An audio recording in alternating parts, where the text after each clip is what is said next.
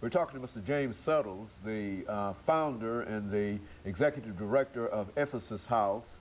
And of course, let's see Mr. Settles over the last segment here that we have to give you an opportunity, as we promised earlier, to talk about the house that you've established and about some of the things that you're doing there and some of the needs that you have, because I'm sure that there are some individuals in our audience who can assist you in just a whole variety of ways. And so if you'll we'll spend the rest of the time talking about some of the things that you need.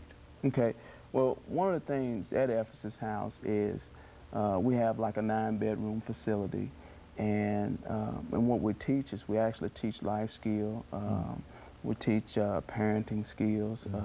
We do a lot of talking about goals, and also we have curfew. Even one of the things that we really try to do is we teach job readiness, stuff like that. Try to teach men how to put themselves in a position to market themselves, and because I really think that is very important. And one of our most important things is trying to change the way people think. Because see, one of the things that as I shared with you earlier, I think more than anything, it was my thinking that was messed up. Anytime you feel like it's somebody else's problem, or I'm not going to work for white folks for minimum wage, but I go to prison and work over 8 years for 50 cents an hour. See, my thinking, and that don't mean that I'm such a bad person, but my thinking just needs to be adjusted. So we try to work with the way that our men think, and we work with that whole piece about being responsible. We also charge the men a $100 program fee, because one of the things about this life is we got to build men up to be responsible. And we try to put a man in a situation where there's no way out but to be responsible. Now, when we go to talking about some of the needs that we have, we've been actually incorporated over 2 years. We still haven't gotten a grant. And most of the people we are serving are people that are from the state, or people that are homeless. But, you know, we still haven't received any funding. Any kind of assistance from the state that ought to be concerned about some of the activities that you're involved in. And the need is so great. One of the things that, you know, we have lined up is, you know, like after 30 days, a man can work his way into getting him a vehicle where he got to show proof of license and proof of insurance. All of that is about trying to train and help a human being to be the best he can be. Next door to our building, we're trying to do a training facility if we can come up with the funding for it. And what that training facility will consist of is we will have all of our meetings over there, NAAA meetings. We'll teach our life skill program over there. I know some people that do work in grafting, and I know a man that also works in electrical. And so what we would like to do is turn that into like a 13 or 14-week course in order to help people. Train these young people. Because see, if you train, not only do you want to change the way people think, but some of these men have children. And so we want to actually train and teach men how to be a good father, how to be a good brother, how to be a good son, you know, because all of this stuff has to be actually properly taught. We act as if, you know, people pop out and supposed to know these things, but they're you're saying that it's a real problem in terms of the knowledge that many individuals who fall into those categories have in reference to themselves, their thoughts, and is that what definitely, because see, you catch a guy, he come from home from a dysfunctional background, then he go to prison to another dysfunctional background, and then what you do is you send him back to a situation that's supposed to be his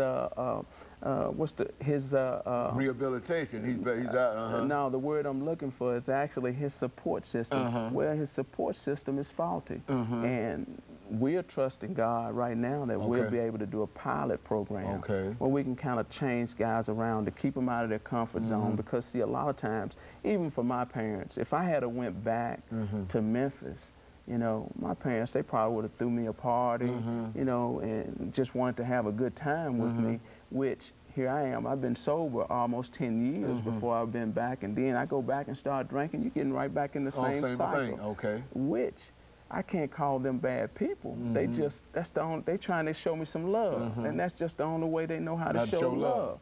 So we can't say that they're bad people. That's just the only way they know how to show love. So if we could get people to partner up with us with the vision that we have, we know that not only can we help with the recidivism rate, you know, because I'm thinking now it's something like right at 50 or 60 people, I mean 60% of people pretty much return back. Well, we got a success rate of 8% of people that have actually came through and just stayed for 90 days. You know, our program is actually a 90-day program. Then we partnered up with Urban Housing Solution to kind of, instead of a guy having to go back into a dysfunctional environment, to help him get an apartment, to help him to continue to be a man. You know, and the tragedy about what we call our support system, sending a man back home, is a lot of times our families can be faulty, but they don't mean no harm. They just don't know. So if we could come up with that program, like I say, this pilot program, I mean, all covering the whole Western Tennessee, for instance, then we can take people and put them in different spots and train them how to be responsible and trust God, you know, for the rest of their growth. Because I really believe that a lot of people just don't know how to be responsible and how to, and just because a person is from 20 to 40, don't mean that he know how to be a man. And being a man, it takes a lot of responsibility. And I think a lot of times that's why we deviate to drugs or different things of that nature, because it's hard. Well, speaking of grants, and I'd like to pursue this, do you think it would be cost effective if the state of Tennessee were to assist organizations like your organization and others? I've heard others raise the same point, that they don't feel that they're getting the kind of financial and resource support for what they are trying to do, when if they are successful in doing what they're doing, it would be a dramatic decrease in the amount of money that we have to spend for the prisons and billboard prisons and et cetera, et cetera.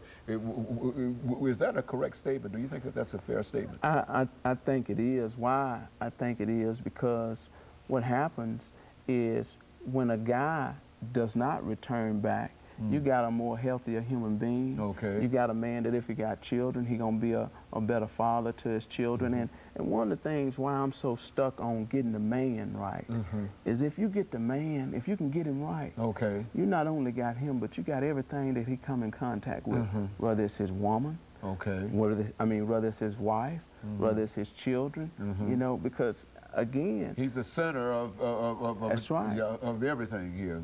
That where the way he goes, everything else can follow the way he goes. Yeah. But see, and even in the midst of it, you know, I think the key is you got to have the type of program that's got the proper structure.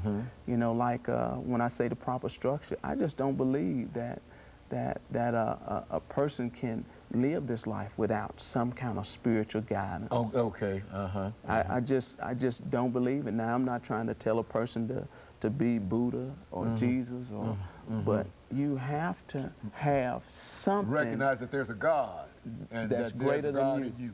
And this have to be a standard, because without a standard, I mean, you just do anything. And I really believe that early on in my life there was a big gap there, because I never will forget, right before I went to prison, I found myself sitting there on top of my car, got the car I want, got the lady friend, got the money, got the dope, but it's still something missing. You know, got all the stuff that I thought, the utopia that I thought was going to make me the big man on campus, but you know, yet I'm still empty. So, you know, it took coming into a personal relationship with Jesus, Okay. that's when NA and AA made sense. And one of the things that I am thankful for is that's how God took my pain and established my purpose. Hey, well, let me thank you, Mr. Settlers, for bringing us that excellent information by. And, of course, let me encourage our audience to tune in again next week for another informative edition of Comments. Thank you, and good morning. You simply